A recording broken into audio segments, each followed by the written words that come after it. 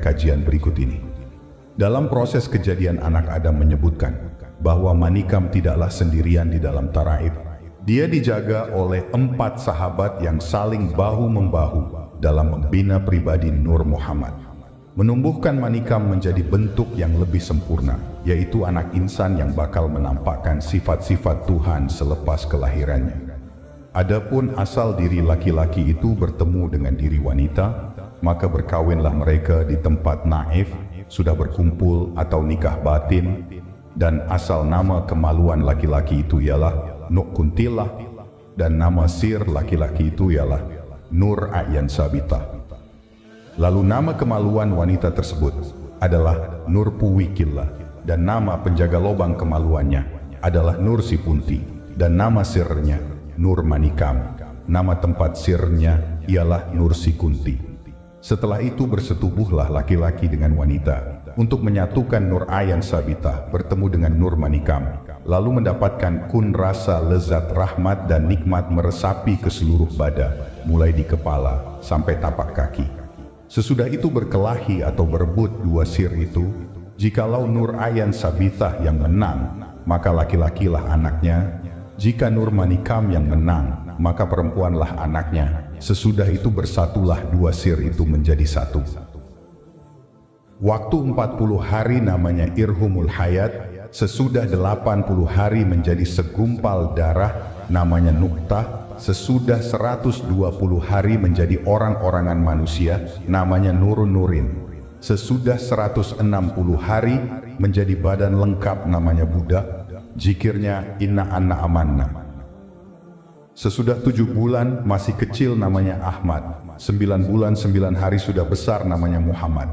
Sudah lahir dari rahim ibu namanya manusia, zikirnya A. Dan sandarannya ada 4, yaitu yang pertama namanya Camaria, yang kedua namanya Tubania, yang ketiga namanya Tambunia, dan yang keempat namanya Uria.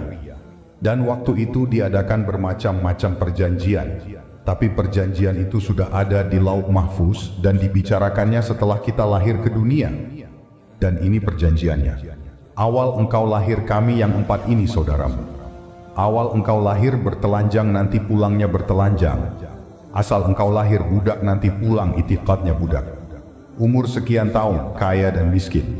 Kalau mau pulang ada tanda pengabaran. Kalau mau pulang ada sebab. Kalau mau pulang sakitnya tidak lama 3 hari sampai 7 hari. Kalau mau pulang tiada godaan. Demikianlah asal perjanjian kita lahir ke dunia ini. Jadi wajib bagi laki-laki, wanita, tua, dan muda, kita pelajari asal perincian diri kita ini. Asal tiada, lalu ada, dan kembali kepada tiada. 4 sahabat itu sekarang sudah menjadi satu dalam kehidupan diri manusia. Ketika di dalam rahim sendiri-sendiri wujudnya. Tapi ketika bayi sudah lahir, secara jasmani hanya ada satu wujud. 4 sahabat itu gaib, tetapi tetap menyertai dalam wujud ruhani, tidak kasat mata. Itulah daya roh idofi atau roh pendukung dalam diri manusia, yang juga berasal dari Nur Muhammad.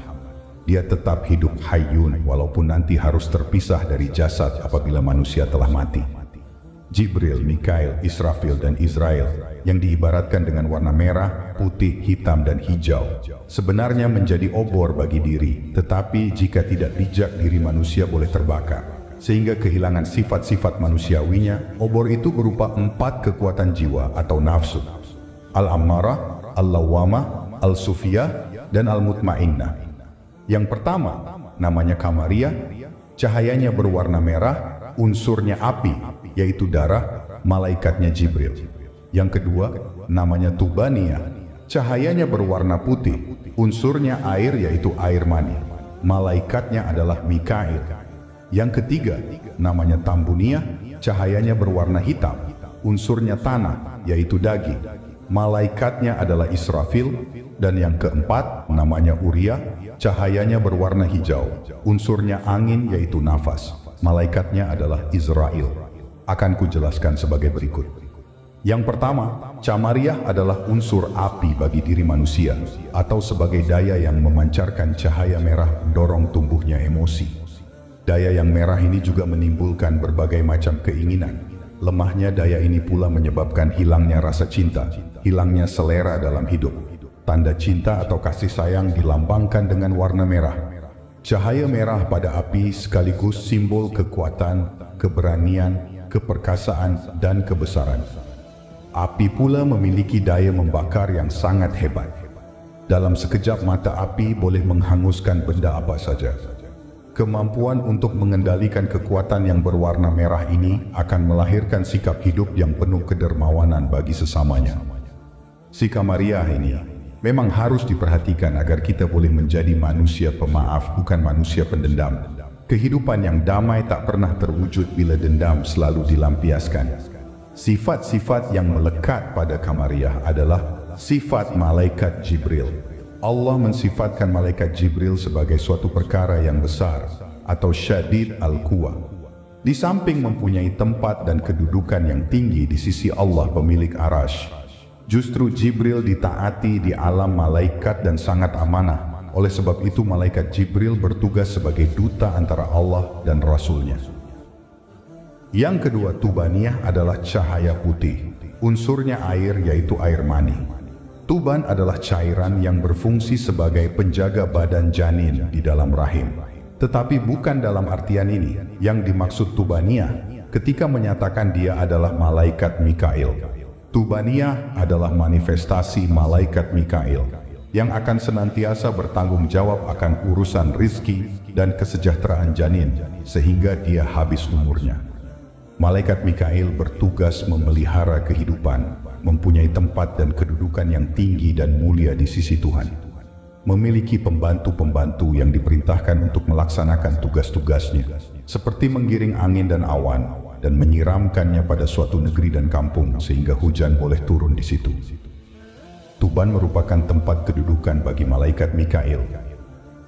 Air tuban berfungsi sebagai pelindung kesejahteraan dan keamanan janin di dalam rahim, memberikan keamanan dan tempat tinggal yang nyaman.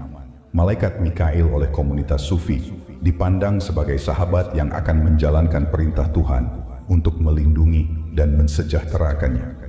Tubaniyah adalah cahaya putih. Putih melambangkan perdamaian dan kesucian, artinya manusia sejak keberadaannya di dalam rahim telah dibekali oleh Allah dengan potensi fitrah yang suci dan damai. Dikatakan dalam hadis, setiap anak dilahirkan dalam keadaan potensi fitrah, yaitu suci. Hendak menjadi apa dia kelak tergantung kepada pendidikan kedua ibu bapaknya. Apabila dididik dengan benar, maka dia akan tumbuh dan berkembang tetap dalam kesucian dan kedamaian. Oleh sebab itu diperlukan pengetahuan yang mendalam tentang potensi cahaya putih ini. Yang ketiga, Tambuniyah pula adalah cahaya hitam. Unsurnya tanah, dia menjadi daging disebut malaikat Israfil. Daya yang memancarkan cahaya hitam boleh membangkitkan rasa marah dan sakit hati. Jika daya hitam ini menguasai manusia, maka dia akan berbuat secara membabi buta, berbuat tanpa arah. Tetapi daya yang berwarna hitam ini juga berfungsi secara positif bila dikuasai. Keperkasaan manusia bahkan wujud dari pancaran cahaya hitam Tambuniyah dalam dirinya. Karisma manusia juga zahir dari daya yang berwarna hitam. Warna hitam pula simbol bagi dunia gelap. Manusia tercipta di alam yang gelap gulita.